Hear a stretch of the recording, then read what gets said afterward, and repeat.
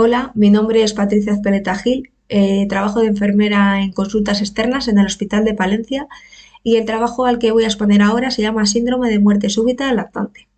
Vamos a empezar con una definición. ¿Qué es el síndrome de la muerte súbita del lactante?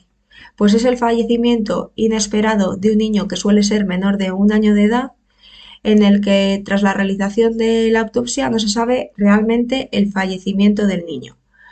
Eh, suele, suele aparecer con un periodo de apnea brusca, con una coloración azulada en el cuerpo llamada cianosis, y el observador se le encuentra repentinamente muerto en la cama.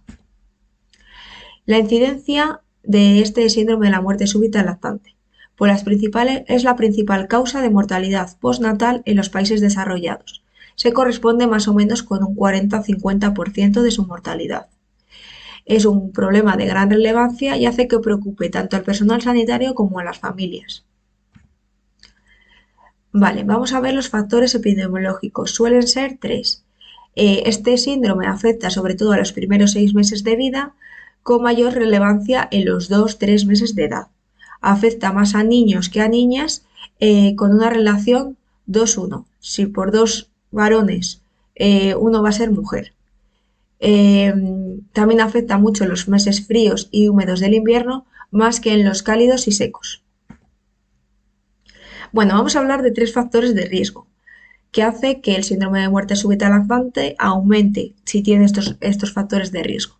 Vamos a hablar de los factores de riesgo prenatales o del embarazo, que es cuando el niño no ha nacido todavía, los factores de riesgo relacionados con el lactante, que es cuando el niño ya ha nacido, y los factores de riesgo ambientales, los factores de riesgo externos, ¿vale?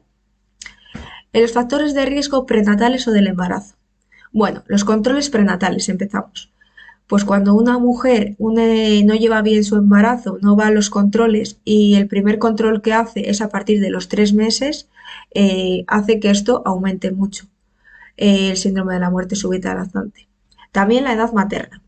Si, si es menor de 20 años, hace que sea un factor de riesgo importante. Además, si tiene un bajo nivel socioeconómico.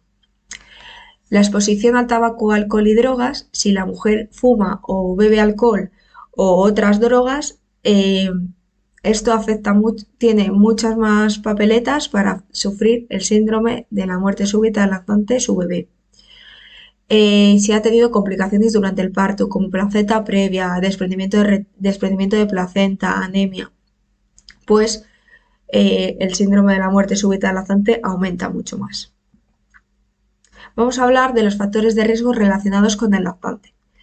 Si el niño ha nacido prematuro, es decir, antes de las 37 semanas o con un peso inferior a 2.500 gramos, tiene el riesgo de 3 veces mayor de sufrir el síndrome de la muerte súbita del lactante. Se dice que el desarrollo completo del niño se da en la semana 34 y 36, por eso tiene más riesgo de sufrirlo. También si una madre ya ha tenido un hijo que ha fallecido por el síndrome de la muerte súbita del lactante, el siguiente niño tiene el 5 veces superior este síndrome de sufrirle. En una gestación gemelar el riesgo es el doble, porque los niños con una gestación gemelar suelen nacer prematuros o con bajo peso al nacer, como hemos hablado antes. Entonces, hace que aumente el riesgo de sufrirlo. Vale, ahora vamos a hablar de los factores de riesgo ambientales. La postura del lactante en la cuna, el decúbito prono, es un factor de riesgo importante, tanto el prono como el decúbito lateral, porque en el decúbito lateral el niño se puede dar la vuelta y acabar en decúbito prono. También el colecho. El colecho es el espacio donde el niño duerme en la misma cama que sus padres. Esto es beneficioso para la alimentación, para la lactancia materna, para el contacto del niño con los padres, pero a la hora de dormir esto es perjudicial, porque aumenta mucho este síndrome. Las superficies de cama blanda tampoco se recomienda, ni las camas de aire, las camas de agua. También es que el niño duerma con demasiadas mantas, edredones, almohadas, con peluches. No se recomiendan porque puede sufrir asfixia, también si se les arropa demasiado, si se les tapa demasiado la cabeza. Pues todo esto hace que aumente el síndrome de muerte súbita lactante. No se sabe si porque aumenta mucho la temperatura en el niño o porque aumenta la asfixia. Bueno, vamos a acabar con unas recomendaciones que hace que alrededor del 95% de los casos de fallecimiento por este síndrome ha sido asociado con los factores de riesgo que he hablado antes y la mayoría de ellos son modificables. Entonces, la postura del lactante es el principal factor de riesgo modificable. ¿Cómo tiene que dormir el niño? En decúbito supino, como vemos en la imagen.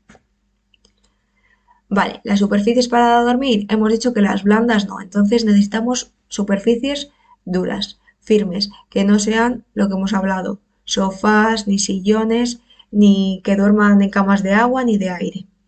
También hemos dicho que el colecho está desaconsejado, lo de dormir en la misma cama, pero sí es muy aconsejado dormir en la misma habitación, que no en la misma cama.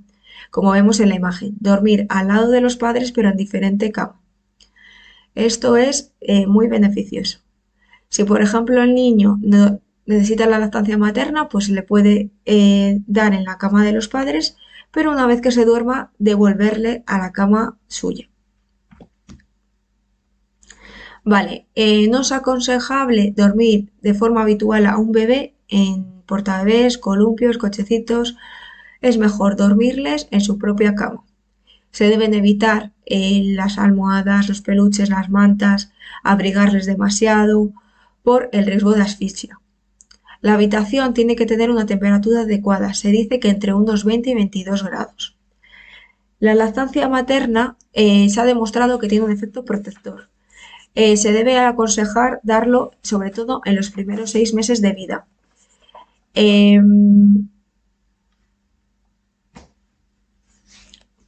Bueno, hemos visto que el tabaquismo y las drogas durante la gestación hace que esto aumente mucho, además de después de tener al niño, porque hace que la exposición al tabaco y a las drogas sea pasiva del niño.